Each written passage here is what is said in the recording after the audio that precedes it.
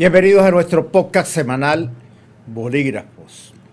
Hoy una historia por descubrir, por contar, y que pudiéramos quedarnos haciendo episodio 1, episodio 2, episodio 3, episodio 4, y seguramente lo haremos un poco más adelante. Quiero decirles que la aplicación pueden bajarla, pueden entrar a nuestro canal de YouTube, así aparecemos Bolígrafo Podcast con Víctor López y la suscripción es absolutamente gratuita. El invitado, un colega al que aprecio, valoro muchísimo, que se llama Fausto Pérez Villarreal. Gracias por acompañarnos, Fausto. Fausto Pérez Villarreal escribe como quien conoce el ritmo de las palabras y el silencio entre ellas. Su pluma no corre, camina con calma, observa, escucha y luego cuenta. Es de esos cronistas que convierten la realidad en relatos sin traicionarla, que entienden que el periodismo también puede tener música, memoria y alma. En cada texto suyo hay oficio, hay calle, hay Caribe. Hay una manera muy propia de narrar la vida y de retratar a sus personajes sin artificios, pero con profundidad. Siendo periodista y docente, Fausto ha hecho de la crónica y el reportaje su casa natural, especialmente al narrar la historia de grandes figuras de la música popular colombiana, como Aníbal Velázquez, Alfredo Gutiérrez y Juan Piña. Su trabajo combina investigación, sensibilidad y experiencia, dejando claro que contar bien también es una forma de preservar la memoria cultural del país.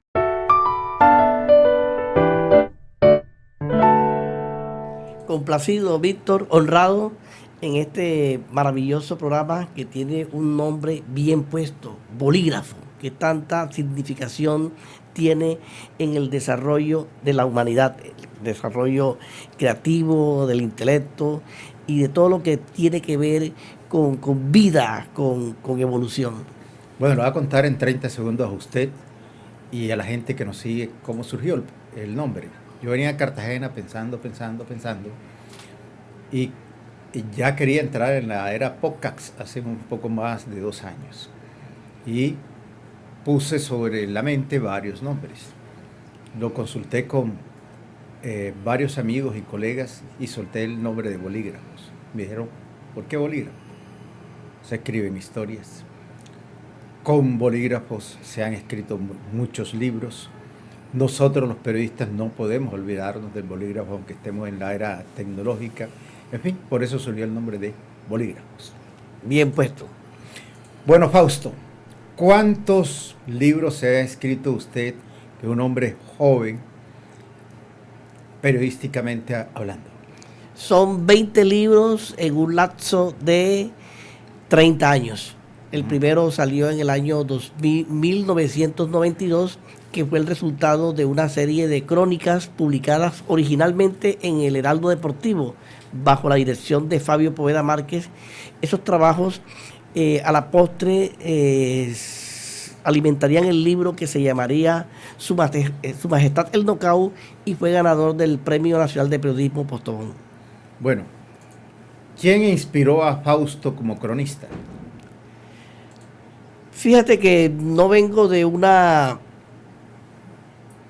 generación en la casa o una dinastía de periodistas, no. En la casa mi padre llevaba las revistas de boxeo de ring y mi madre, que no alcanzó ni siquiera el segundo año de escolaridad, pero que aprendió a leer de manera autodidacta, siempre tenía libros en la casa, siempre tenía novelas, Fernando Soto Aparicio, Fedor Dostoyevsky, García Márquez, y de ahí se me inició el amor hacia la lectura. Después la radio fue fundamental, escuchaba a los grandes hombres de la radio,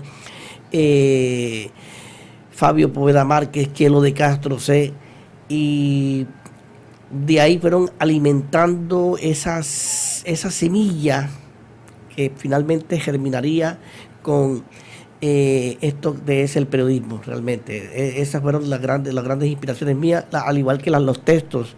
Leía las crónicas de Juan Gozaín, del mismo Poveda Márquez, y todo lo que llegaba a las manos lo devoraba con avidez.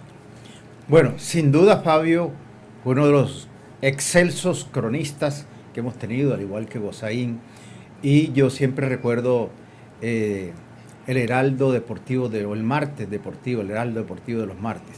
Fabio lo ayudó a usted a inspirar a construirse como lo que es hoy? Sin duda ninguna. Primero a través de la radio, lo escuchaba, no lo conocía. Yo llego a Fabio Poveda gracias al maestro Chelo de Castro, a quien también escuchaba en su inolvidable desfile deportivo por La Voz de la Patria. Lo escuchaba, quedaba fascinado y asombrado porque en media hora él informaba el periodismo y me empecé a acercar a La Voz de la Patria y él me lleva a Fabio Poveda Márquez. Fabio Poveda Márquez me abre las puertas del Heraldo Deportivo y ahí arranca la historia que ha sido mi estilo de vida, mi modelo de vida gracias al periodismo, sobre todo el periodismo escrito. Bueno, Fausto, ¿el periodista cronista nace o se hace? Las dos cosas. Primero, es que todo tiene su origen y todo es bíblico. Todo nace y crece, evoluciona. Entonces, las dos cosas no se puede hacerse, sino primero nacer y después se hace. Entonces, en mi caso, en mi experiencia propia. Bueno, de esas facetas, usted cronista en temas de deporte, un hombre que le ha apostado mucho a la crónica del carnaval, incluso a las crónicas musicales. ¿Qué es lo que más lo llena?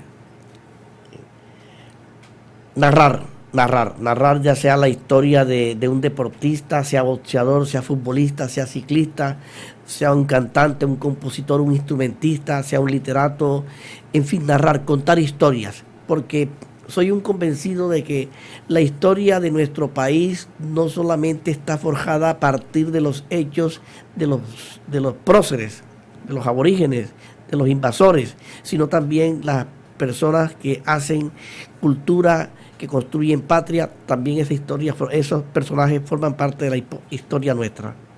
Mire lo que le voy a leer de las muchas cosas que yo he encontrado aquí. Hay una nota muy bonita que le hicieron en el portal La Cháchara. Le voy a ver el encabezado.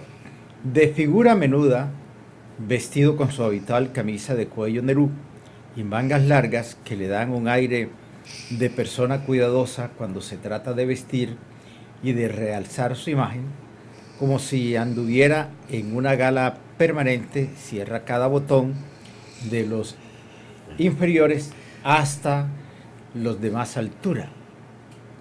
Así, mantiene una estructura formal y deja en el ambiente un aire de disciplina interior. Hablemos de su vestuario. Aquí estoy. Me ha descrito muy bien el periodista, creo que es Francisco Figueroa Turcio, quien escribió esa nota muy sentida, muy emotiva. Ricardo Bustamante. Ricardo Bustamante. Ajá. Fíjese, o sea, de la cháchara. O sea, lo asocié con la cháchara. Ricardo Bustamante, excelente. Parte de la cháchara. Sí, Ricardo Bustamante, importante abogado. Sí, señor, perdone la omisión. Claro que sí. Bueno, aquí lo puede ver. Es mi estilo, lo define cuello nerú, impecablemente vestido. Esto lo heredé de mi padre. Mi padre siempre, cuando lo veía que salía, que está vivo, entre otras cosas, gracias a Dios Todopoderoso, al igual que mi madre. Sí, es un estilo de atavío que creo que he logrado, sin proponérmelo, tener esa identidad. Eso impronta. Y la impronta, esa es la palabra concisa, precisa. Bueno, yo quisiera que nos centremos en el maestro, en el rebelde, Alfredo Gutiérrez. Yo le pedí a usted que me llevara a la casa del maestro y usted generosamente lo hizo. Y a partir de ese momento hemos tenido 3 charlas más con el maestro, la construcción de un proyecto del cual usted hace parte. Gracias. ¿Cómo llega esa conexidad con el maestro? Porque él y su familia lo tienen aquí. En el corazón, Iden, sí señor. Esto nació por allá mucho antes del año 1996, cuando empecé a escribir la biografía de él. Mucho antes porque desde que yo era niño era seguidor de la música de Alfredo Gutiérrez, me fascinaban sus canciones. Después, cuando entró el periodismo, nos encontramos una vez en la sala de redacción del Heraldo y me honró diciéndome que él me leía los textos míos de boxeo y yo le decía que yo lo admiraba mucho también. Entonces, bien listo. Después él, en el año 96... Piropos mutuos. Piropos mutuos. En el año 96, en los albores del 96, fui con Carlos Capela, fotógrafo, a hacerle una entrevista a él porque yo trabajaba en ese entonces en el Tiempo Caribe. Él iba a aspirar por cuarta vez, iba a buscar la cuarta corona en el Festival Vallenato. Entonces estuvimos hablando en la puerta de su casa y él surgió la idea, él dijo, ¿por qué no escribimos La vida mía? Porque él me había visto que yo había escrito sobre boxeo y que era escritor.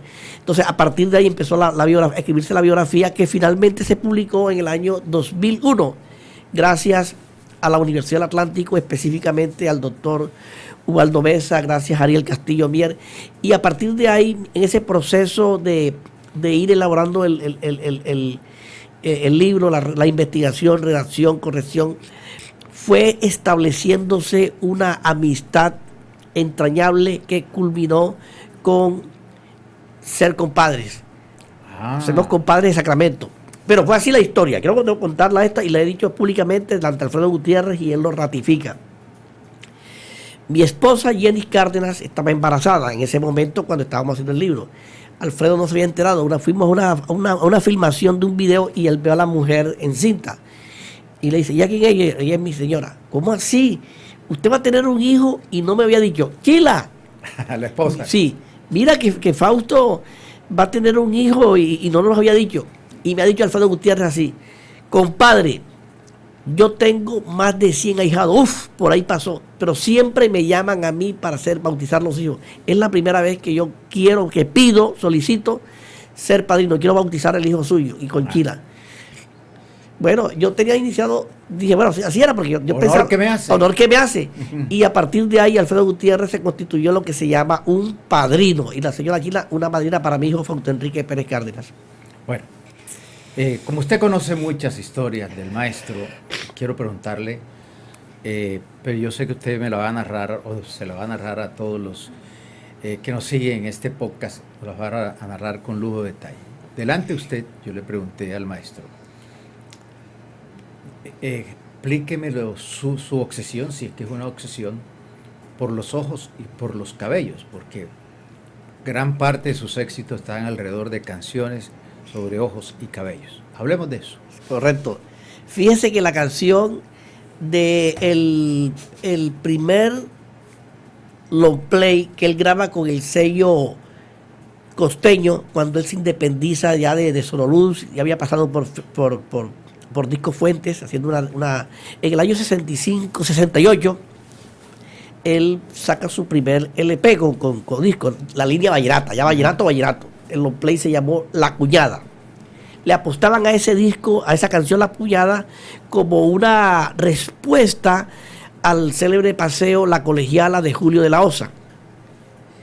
Una de las 12 canciones que alimentaban ese LP, no existía el CD, era Cabellos Largos. Y esa fue la preferida del público. Cabellos Largos, Alfredo Gutiérrez, escrita por Alfredo Gutiérrez. Él siempre ha mostrado una admiración, una fijación por la cabellera, luenga cabellera, negra sobre todo, y los ojos. Bien lo ha dicho usted, compuso Los Ojos Indios, compuso Ojos Gachos, bueno, Ojos Verdes es de Rubén Darío Salcedo, pero es uno de sus grandes éxitos. Cabellos largos, cabellos cortos. Cabellos cortos fue en respuesta a Cabellos Largos. No te cortes el cabello. Entonces fueron los primeros grandes éxitos de Alfredo Gutiérrez, que forman parte de su primer disco de larga duración, publicado en el año 1968. Pero lo que me quedó claro es que todos fueron piropos a mujeres o versos a mujeres que a él lo impresionaron, estando en tarima. Así fue. O estando en un restaurante. Totalmente. Él vio una mujer con los ojos así, ojos adormecidos, la mirada, ojos gachos, y lo escribió en una servilleta. Ojos Indios pasó lo mismo, una mujer que tenía los ojos oblicuos y le puso esa impronta poética que se nota y brilla a lo largo de los 3 minutos y pico que dura esa canción. Bueno, ¿quién es para usted Alfredo Gutiérrez en el vallenato? Alfredo Gutiérrez, para mí, no dudo en calificarlo, la más grande figura del género vallenato. No solamente el género vallenato, una de las grandes figuras de la música tropical de este país, incluyendo vallenato, no vallenato. Un hombre que compone, canta, se acompaña con el acordeón, es versátil, es creativo, es prolífico, es diverso en su estilo, y no dudo ejecutando el acordeón, no dudo en aseverar que es el más extraordinario, el más habilidoso, el más recursivo ejecutor del acordeón, por encima de grandes figuras también que no se pueden desconocer de este género, llámese Luis Enrique Martínez, Abel Antonio Villa, Juancho Royce,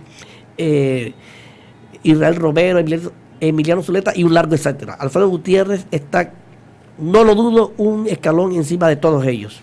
¿Qué les falta por escribir y decir de Alfredo? De Alfredo Gutiérrez, caramba, Alfredo Gutiérrez es una persona, un músico, un ser humano que cada día me sorprende por su creatividad, por su espontaneidad.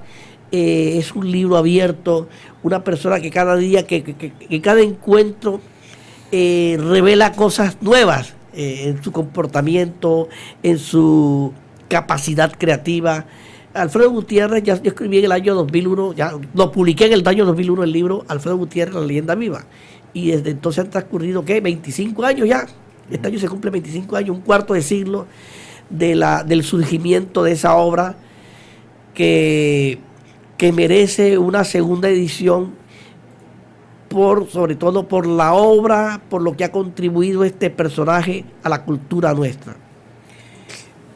¿Qué ha pasado? Alfredo le ha explicado y usted ha investigado. ¿Por qué el Festival de la Leyenda Vallenata no le ha hecho el homenaje que el maestro necesita? Por un simple capricho, por una discrepancia ideológica que hubo entre Alfredo Gutiérrez y la líder natural de ese festival, doña Consuelo Araujo Noguera. Hubo una pelea entre ellos inicial que eso concluyó en una ruptura irreconciliable. Entonces los hijos han heredado eso y ellos, digamos, no le van a hacer ese homenaje nunca a Alfredo Gutiérrez, a menos que haya un cambio, un vuelco y se acabe ese monopolio de los que dominan el vallenato. ¿Pero qué fue lo que pasó? Problemas entre ellos. Bueno, inicialmente... Lo que se pueda contar. Ok, lo que se pueda contar, vamos a ver. Todo empezó algo gratuito. Alfredo Gutiérrez nunca, digamos, fue monedita de oro para Consuelo. Alfredo se presenta en el año 69 al Festival Vallenato, va por primera vez, compite. Y los historiadores de la época, no cito nombres propios, Julio Oñate Martínez, gran historiador, lo dice, que cuando Alfredo Gutiérrez estaba en escena, ella hacía muestras de desaprobación, que decían, eso que toca Alfredo Gutiérrez no es vallenato. Entonces, a partir de ahí, Alfredo Gutiérrez, como es un rebelde y como fue bautizado a partir de ese festival por Pedro Juan Meléndez como el rebelde del acordeón. Regálame una coma.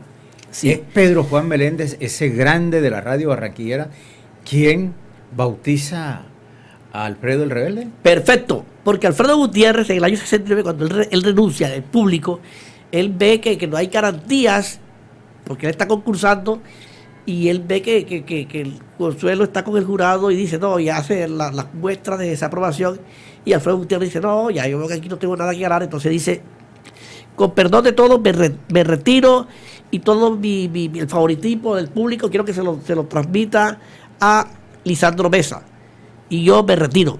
Y Pedro Juan Meléndez, Alfredo Gutiérrez alcanzó a escuchar que Pedro Juan Meléndez estaba transmitiendo, dijo, ha sido un rebelde del acordeón. En el año 71 salió el primer LP de Alfredo Gutiérrez, El Rebelde del Acordeón, y a partir de ahí le hizo eco a una expresión de un locutor en ese entonces bien posicionado y posicionado en la radio barranquillera, como lo era Pedro Juan Meléndez. Una gran voz. Es magnífica voz.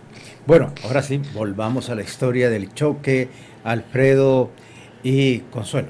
Bien, entonces Alfredo también fue irreverente con Consuelo, y Consuelo, a quien entrevisté también para el libro, recuerdo que la entrevisté en la oficina. En ese entonces ella gerenciaba Radio Guatapurí, y me dijo, Alfredo Gutiérrez fue absolutamente irrespetuoso conmigo y eso no se lo perdonaré nunca.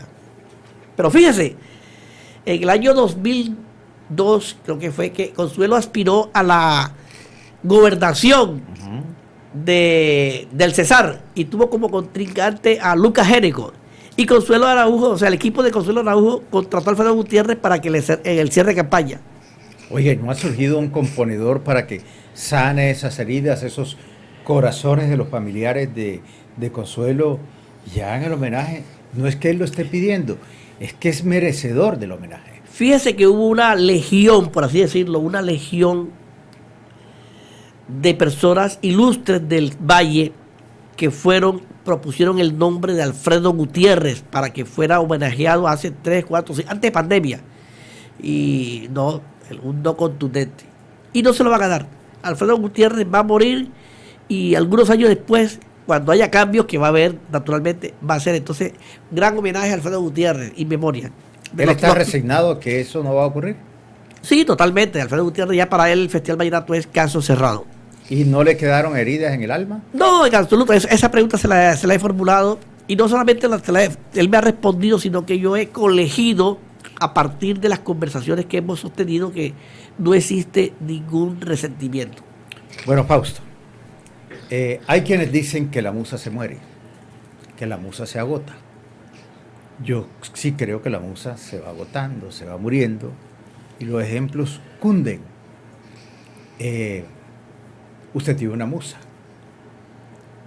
¿Cuántos libros más va a escribir? Hasta que Dios, el gran creador, me dé la posibilidad de tener esa lucidez, ese amor, esa pasión. Ya, no puedo decir cuánto voy a escribir, puede ser uno solo, o pueden ser 10, los que vengan. Pero mientras tenga esa salud, la actitud y la aptitud para escribir, lo haré.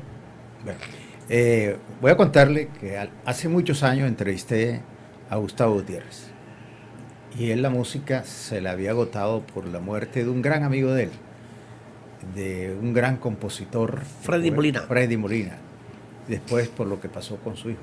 Pero él decidió vivir del catálogo. Se puede vivir del catálogo como lo hizo, por ejemplo, lo hizo Gabo. Escribió tantos libros y dijo, aquí cierro el tema y vivo de mi catálogo. Fíjese que me gusta ese ejemplo que usted puso. Un cantante muy querido llamado El Príncipe, José José. En los últimos 20 años vivió de su catálogo porque él perdió la voz, la enfermedad, en fin, y él vivió de su catálogo. Entonces, bueno, pero pretender una persona como Fausto Pérez de vivir de lo que escribe, no, se moriría el hambre. Totalmente, absolutamente, porque yo no vivo de esto. Yo soy profesor, hago mis conferencias y otras cosas que tienen que ver con la construcción de textos. Pero a excepción de García Márquez y otros grandes maestros, creadores, que pueden darse el lujo o que pudieron darse el lujo de decir vivo de la literatura, escaso, pero en este país no creo que la gente pueda vivir de la literatura. Pero escribir 20 libros no da un chavito, ¿no? Bueno, en el caso mío no. El caso mío no. Es una pasión, lo enriquece el alma. Enriquece el alma, sí, claro, por supuesto. Me he encontrado con mecenas a lo largo de mi carrera. El primer libro me tocó pagarlo a mí, otros libros he pagado. En otros casos, por ejemplo, escribí el libro sobre Nelson Pinedo, el almirante del ritmo. Fui contratado por la editorial de Iguana Ciega. El judío Samuel Minsky me pagó bien, me pagó el viaje a Venezuela, la investigación.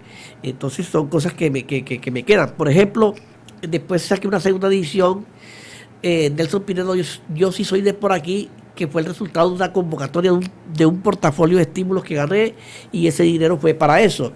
Igual me aconteció con Juan Piña, un libro que escribí y que gracias a un premio que gané lo pude publicar.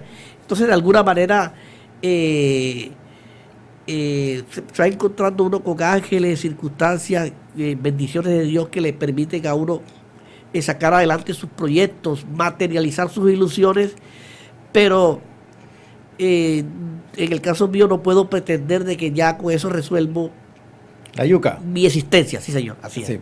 Bueno, tiene en su ruta escribir un libro alrededor de un colega al que usted aprecie, usted lo valore, usted lo sienta como referente.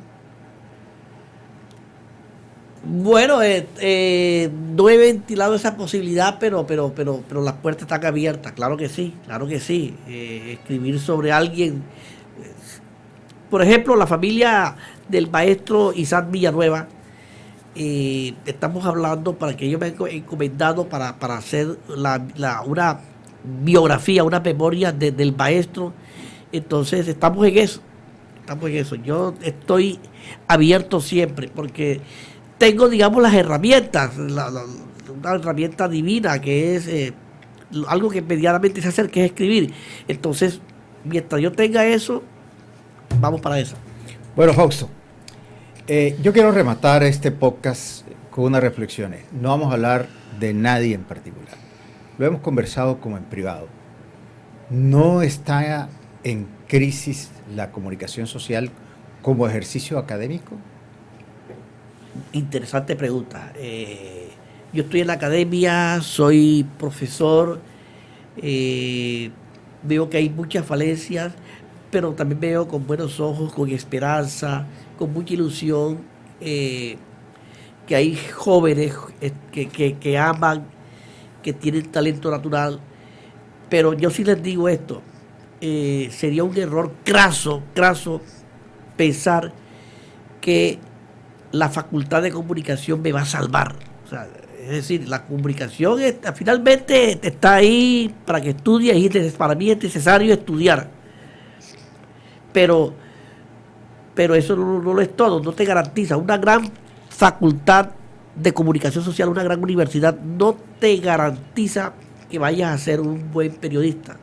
Una persona que tenga aptitudes y actitudes, que desarrolle su talento. Con C y con P. Correcto, exactamente, maestro. Que tenga disciplina, que tenga amor, que tenga pasión, puede surgir, consolidarse, aunque no estudie. Pero siempre aunque será. No estudie periodismo. Aunque no estudie periodismo. Entonces yo sí le apuesto que el estudio es necesario. El estudio es necesario porque te ayuda a profesionalizarte. Y es importante, para bien o para mal, se necesita un título universitario, pero el comunicador no puede ir solamente en aras del cartón, tiene que mostrar esa pasión, tiene que mostrar habilidades. Entonces, yo no podría descalificar la facultad de comunicación. Sí hay crisis, claro que sí que las hay, por supuesto, pero no podemos echarle toda la culpa a la facultad. Entonces, yo le apuesto a un 50-50, por decirlo así. Bueno, yo tengo esta reflexión, no sé si la comparte conmigo, y lo hago muy a menudo con los jóvenes con quien yo interlocuto y todo lo demás. Es, primero, pasión. Totalmente. Sí. Talento, disciplina. Totalmente. Si usted tiene estas tres cosas, importante, va a la universidad, recibe una información que desde luego es importante, pero si luego no aterriza siendo un buen reportero, un gran lector, no pasa nada. Totalmente. Para ser un gran escritor se requiere de manera imprescindible ser un gran decidido lector. Hay que leer. La lectura se constituye en la vitamina del conocimiento. Con la lectura no se va a cambiar el mundo, pero a través de la lectura se va a tener una perspectiva diferente del mundo, y esa es la herramienta, y ese es el consejo que usted da. Perfecto, así es. Hay que tener pasión, talento, disciplina, pero después viene la lectura, vienen otras cosas, y la universidad lo que va a hacer es avalar tu trayectoria, porque si tú sin ese cartón, sin ese diploma, sin ese título, no estás, digamos, avalado, no voy a decir capacitado, avalado para ejercer tu profesión y para que te transmita credibilidad, respetabilidad. ¿Cuántas horas le dedica a la academia? ¿Cuántas a la escritura de textos y contenidos? ¿Usted es madrugador? ¿Cómo? ¿Usted es madrugador? Sí, por supuesto. Soy madrugo, claro que sí, a escribir, a leer. En la universidad, por ejemplo, en la Sergio Arboleda tengo, aquí en Barranquilla tengo 8 horas y 8 allá en Santa Marta son 16 horas. ¿Semanales? Semanales. Esas son 16 horas para el estudio. El otro tiempo que me queda para preparar clases, para leer, para escribir, para dictar conferencias, talleres, en fin, una vida productiva, y le saco tiempo para estar con mi esposa y mis hijos y mis amigos. O sea, a mí el tiempo me rinde. Pero supongo que su esposa está enamorada de la carrera suya. Sí, por supuesto, ella me respalda en todo. Yo soy un animal, una fiera, cuando yo me levanto, yo digo, voy a escribir, nadie me molesta. Soy riguroso, le dedico el tiempo, después termino, listo, como, y al final hago lo que tengo que hacer y listo. Para todo hay tiempo, para todo le saco tiempo. Bueno, cierro con un tema que se lo digo con mucho respeto. ¿Usted heredó el caminar de Chelo de Castro? Posiblemente sí. Es más, le comento, excelente pregunta. Con el maestro Chelo, porque la primera figura... Usted sabe que Chelo no se montaba en buses. La primera figura periodística, física que conocí fue Chelo de Castro. Figura. Yo fui a La Voz de la Patria y yo lo acompañaba a él. Íbamos de La Voz de la Patria hasta el Heraldo, caminando, ras. Y de ahí después, es fascinación para mí, de ahí nos íbamos caminando para su casa en Boston, donde ha vivido siempre, caminando. Así transcurrió varios años con el maestro Chelo. Era fácil, o sea, yo me echaba la leva del colegio para ir con el maestro Chelo. Yo estudiaba en el José Eusebio Caro y yo me echaba la leva para irme, no solamente para estar con don Chelo, me le sentaba, él me veía escribir su vieja Remington, terminaba, lo acompañaba a llevar la columna al diario El Heraldo y de ahí íbamos a Olímpica y a su casa, durante muchos años a pie. Entonces es posible que haya heredado eso del maestro. Bueno, le falta un libro. La historia de la radio en el Caribe colombiano. ¡Qué fascinante! Sí, señor. Esa es una tarea por realizar, por cumplir. Fausto, qué grato tenerlo aquí. Gracias, Víctor, a ti, a tu vasta audiencia. Estoy totalmente complacido y honrado de tu tiempo, de haberme otorgado este espacio. Gracias. Bueno, y usted, gracias de nuevo por haberme acercado otra vez a Alfredo Gutiérrez. Ahí estamos. Bueno, la próxima semana volveremos con más invitados, con más temas aquí a nuestro podcast Bolígrafo. Suscríbase de manera gratuita, entre a nuestro canal de YouTube, así nos encuentra como Podcast Bolígrafos con Víctor López.